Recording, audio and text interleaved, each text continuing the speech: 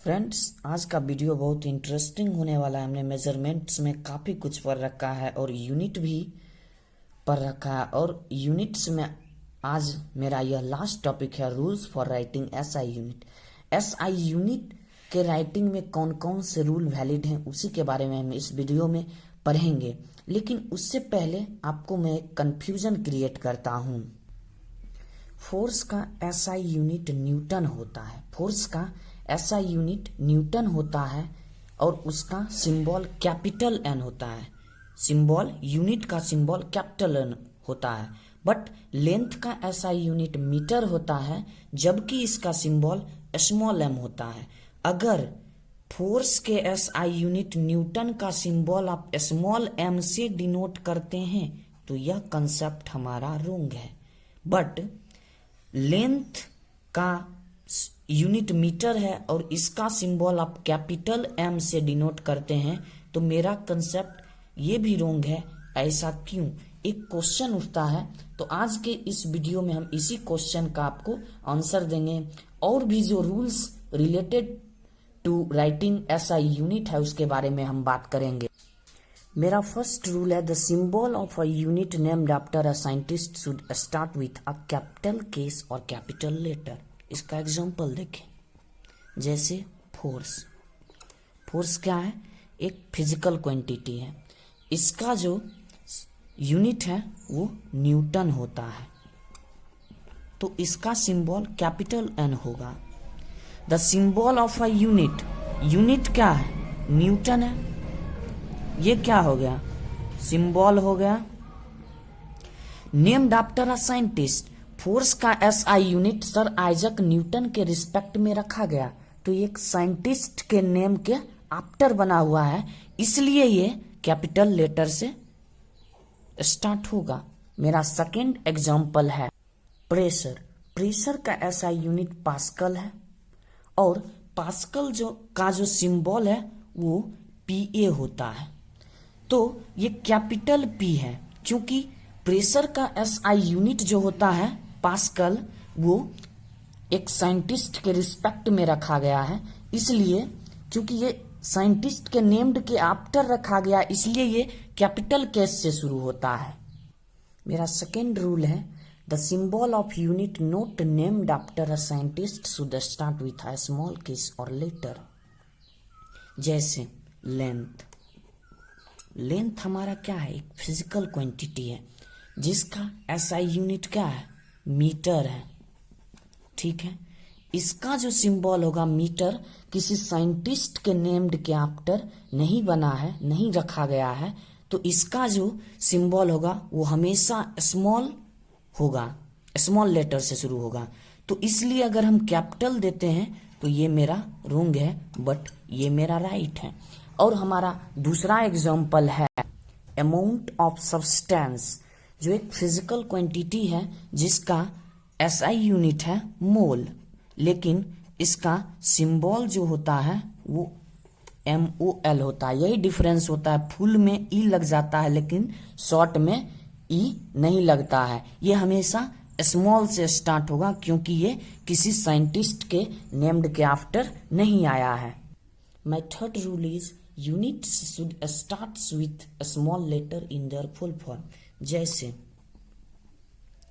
Length physical quantity है, इसका unit क्या होगा? मीटर। फुल फॉर्म है, स्मॉल लेटर से शुरू हो रहा, स्मॉल केस है, बट इसका सिंबल भी स्मॉल एम ही होगा। फोर्स ले लेते हैं। फोर्स का क्या होगा? फोर्स का न्यूटन होगा। ये भी स्मॉल केस से शुरू होता है लेकिन इसका सिंबल कैपिटल एम होगा। तो इससे हमें एक बात पता चलता है कि जो फिजिकल क्वांटिटी का यूनिट साइंटिस्ट के नेम्ड के आफ्टर हो या नहीं हो, दोनों का फुल फॉर्म जब हम लेंगे तो वो हमेशा स्मॉल केस से ही शुरू होगा। मेरा फोर्थ रूल है, symbol of unit should never be plural. कभी आपने सुना है कि कोई कहता है कि मैं 5 किलोग्राम्स वेजिटेबल खरीदने मार्केट गया। किसी के मुंह से सुना है? नहीं, क्योंकि सिंबल फिजिकल क्वांटिटी का जो यूनिट का सिंबल होता है वो हमेशा सिंगुलर फॉर्म में होता है, प्लूरल कभी नहीं होता है। अब हमारा 2 रूल है कंपाउंड यूनिट के बारे में। तो कंपाउंड यूनिट के बारे में जानने से पहले हमें थोड़ा कंपाउंड यूनिट के रूल के बारे में जानने से पहले हमें कंपाउंड यूनिट का नॉलेज होना चाहिए। कंपाउंड यूनिट क्या होता है? कंपाउंड मतलब क्या होता है? मोर। तो जिसके पास एक से ज्यादा यूनिट हो उसको हम कंपाउंड यूनिट कहते हैं। ये भी कंसेप्ट रोंग है। फोर्स का यूनिट न्यूटन है और केजी मीटर पर सेकेंड स्क्वायर है। तो इस दोनों को मिलाकर हम कंपाउंड यूनिट नहीं कहेंगे, बल्कि इस यूनिट को कंपाउंड यूनिट कहेंगे, क्योंकि फोर्स इक्वल टू होता है मास इनटू एक्सीलरेशन। मास का यूनिट क्या होगा? किलोग्राम। मास का यूनिट क्या होगा? किलोग्राम। और एक्सीलरेशन का यूनिट मीटर पर सेकेंड स्क्वायर। तो यहां पर 2 यूनिट आ गया। कितना यूनिट आ गया? फोर्स के यूनिट को लाने में 2 यूनिट इंक्लूडेड है, इसी को हम कंपाउंड यूनिट कहते हैं। जब किसी फिजिकल क्वांटिटी के यूनिट में मोर देन 1 यूनिट इंक्लूडेड रहता है तो उसको हम कंपाउंड यूनिट कहते हैं। My 5th rule is a compound unit is written either by putting a dot और leaving space between symbols of 2 units. तो इसका हम एक एग्जांपल लेते हैं, जैसे इम्पल्स। आपने भी इम्पल्स के बारे में नहीं पढ़ा होगा, आगे मोशन चैप्टर में पढ़ोगे। तो इम्पल्स का फॉर्मूला होता है फोर्स इनटू टाइम। फोर्स का एसआई यूनिट क्या होता है? न्यूटन होता है। टाइम का क्या होता है? सेकेंड होता है।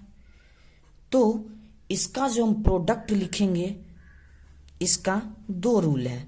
By putting a dot, compound unit है, इसमें 2 यूनिट है, is written either by putting a dot, ऐसे हम लिख सकते हैं, या फिर और दूसरा रूल हम देखते हैं, और leaving space between symbols of 2 units. पहला यूनिट क्या है? न्यूटन। दूसरा यूनिट क्या है? सेकेंड। तो न्यूटन सेकेंड के बीच में हम कुछ सिंबल छोड़ दिए, यहां पर हम कुछ सिंबल छोड़ दिए हैं, या तो हम डॉट दे देंगे या फिर कुछ यहां पे सिंबल छोड़ देंगे। तो ये मेरा 5th रूल है। और नेक्स्ट रूल और लास्ट रूल है हमारा, कहता है 6th rule, the denominators in the compound unit should written with negative powers. अब क्वेश्चन उठता है कि यूनिट में भी डिनोमिनेटर होता है? बिल्कुल होता है। जैसे स्पीड भी से डिनोट करते हैं। स्पीड इज इक्वल्स टू क्या होता है? Distance by time. डिस्टेंस को एस से डिनोट करते हैं, डिस्टेंस बाय टाइम। डिस्टेंस का यूनिट क्या होता है? मीटर, क्योंकि वो तो लेंथ है, स्मॉल एम से लिखेंगे। टाइम का यूनिट सेकेंड होगा। तो the denominators in the compound unit, 2 unit है, कंपाउंड यूनिट होगा, क्लियर है। Should written with negative power. अब सेकेंड यहां पर डिनोमिनेटर है तो हम इसको निगेटिव पावर के साथ लिखेंगे। किसको? जो डिनोमिनेटर में है।